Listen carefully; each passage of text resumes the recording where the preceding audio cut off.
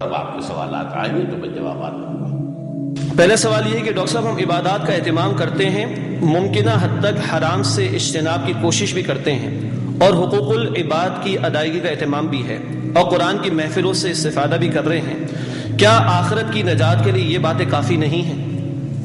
قطعاً کافی نہیں۔ سب سے بڑا حق آپ نے کہاں ادا کیا؟ یہ زمین اللہ کی ہے، یہاں پر اللہ کا نظام چلنا چاہیے، اس کے لیے جد و جہد کیا آپ نے۔ آپ حقوق کی بات کرتے ہیں، اولاد کے حقوق آپ کو یاد ہے، بیوی کے حقوق یاد، اللہ کا حق یاد ہے؟ اللہ کا حق یہ نہیں ہے صرف کہ آپ نماز پڑھ لیں، روزہ رکھ لیں۔ اللہ کا حق تو یہ ہے کہ اللہ کے دین کو ان اقیموا الدین ولا تتفرقوا فیہ، دین کو قائم کرو۔ ہاں قائم کر دینا یہ لازم نہیں، کرنے کی کوشش کرو، امکانی حد تک تم کوشش کرو گے تو تم سرخرو ہو جاؤ گے، چاہے دنیا میں کامیابی ہو چاہے نہ ہو۔ کوشش ہی نہیں کرتے تو اس کا مطلب کیا ہے؟ سوچیے، اس کا مطلب یہ ہے کہ آپ باطل نظام پر راضی ہیں۔ یہ جو بش نے کہا تھا یا کولن پاول نے کہا تھا مشرف سے، یو آر ود اس اور اگینسٹ اس، یہ اصل میں بائبل کا جملہ ہے۔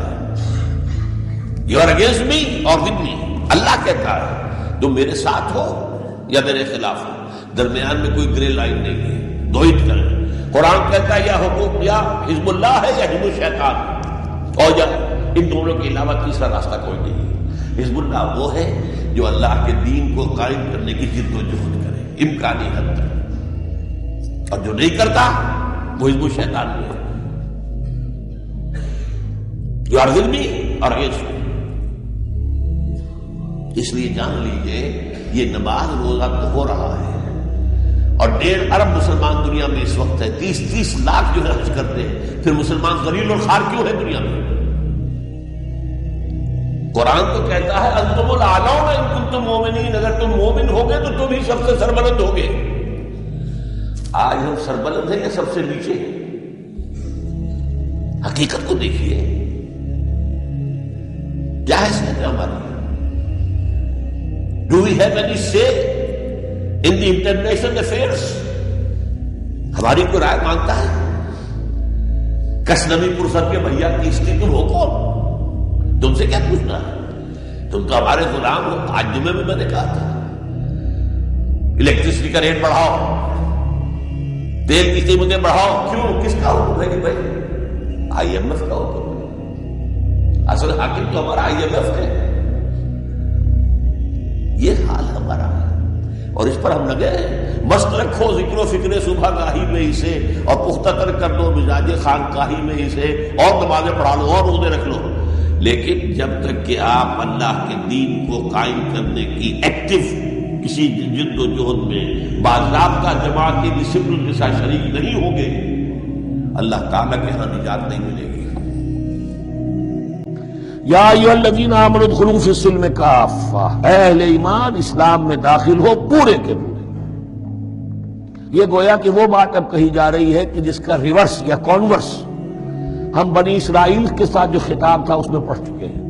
افتؤمنون ببعض الکتاب وتکفرون ببعض، کیا تم ہماری کتاب، ہمارے دین، ہماری شریعت کے ایک حصے کو مانتے ہو اور ایک کو رد کر دیتے ہو؟ فما جزاء من يفعل ذلك منكم الا خزي في الحياة الدنيا ويوم القيامة يردون الى اشد العذاب۔ تو جو کوئی بھی تم میں سے یہ روش اختیار کرے گا اس کی کوئی سزا اس کے سوا نہیں ہے کہ دنیا میں ذلت اور خواری ان پر مسلط کر دی جائے، اور قیامت کے دن شدید ترین عذاب میں جھونک دیے۔ اس کو اب مثبت پیرائے میں مسلمانوں سے کہا جا رہا ہے یا ایھا الذین آمنوا ادخلوا فی السلم کافہ، ریزرویشنز کے ساتھ نہیں، ایکسیپشنز کے ساتھ نہیں۔ اللہ کی بندگی تو کرنی ہے، اس معاملے میں نہیں۔ اللہ کے حکم تو ماننا ہے، لیکن یہ حکم نہیں میں مان سکتا۔ یہ ایک کی بھی نفی جو ہے وہ گویا کہ کل کی نفی ہو جائے گی۔ ادخلوا فی السلم کافہ، ٹیک اٹ اور لیو اٹ، یہ پیکج ڈیل ہے، اس میں جزوی بات نہیں ہو سکتی۔ ولا تتبعوا خطوات الشیطان، اور دیکھو شیطان کے قدموں کی پیروی نہ کرو، اس کے نشانات راہ جو ہیں، اس کے نشانات قدم جو ہیں ان کی پیروی نہ کرو۔ انہ لکم عدو مبین، وہ تو یقیناً تمہارا بڑا کھلا دشمن ہے۔ فَإِن زَلَلْتُم مِّن بَعْدِ مَا جَاءَتْكُمُ الْبَيِّنَاتُ، پھر اگر تم پھسل گئے اس کے بعد بھی کہ تمہارے پاس یہ واضح تعلیمات آ چکی ہیں، فَاعْلَمُوا أَنَّ اللَّهَ عَزِيزٌ حَكِيمٌ، تو جان لو کہ اللہ تعالیٰ پھر زبردست ہے۔